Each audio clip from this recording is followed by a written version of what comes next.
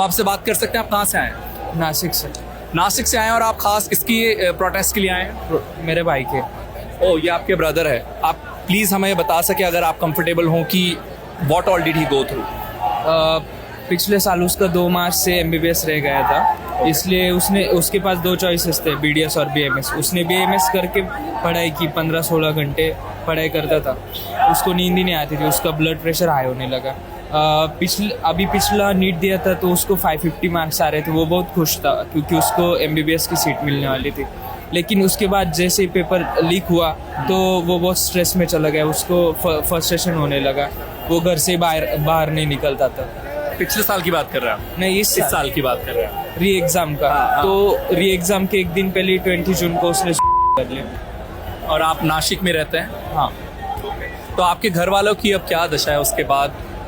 मेरे घर वाले बिल्कुल भी ठीक नहीं हैं, इसलिए मैं और एक महीना हो गया आज 20 जून को हमारे घर पे कोई नहीं आया, इसलिए प्रोटेस्ट करने का। आपके भाई का नाम यश। Yes. तो यश को आप किस तरह याद करते हैं आज 20 जुलाई को?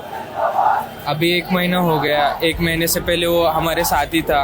वो बीएमएस कर रहा था, उसका वो एप्रॉन पहनता था उसका, और इधर हाथ रख के बोलता था कि मुझे अभी थोड़े दिन में इधर एमबीबीएस आ जाएगा। तो आज जो इतने लोग इकट्ठे हुए हैं, क्या आपने एक्सपेक्ट किया था कि ये सारी भीड़ यहाँ पर पहुँचेगी? नहीं, हमें तो सीधा अभिजीत सर ने ही कॉल किया था कि प्रोटेस्ट में आओ।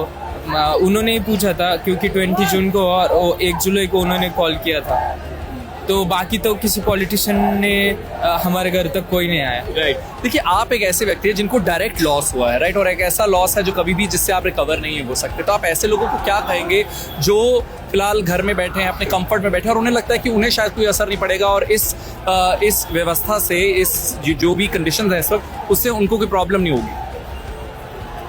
मुझे लगता है कि ये जो सुसाइड है वो 20 नहीं है, क्योंकि हमारे इधर ही और 5 बच्चे जिन्होंने नीट की वजह से ही सुसाइड किया, वो जो आंकड़ा है वो कम से कम 2000 तक है।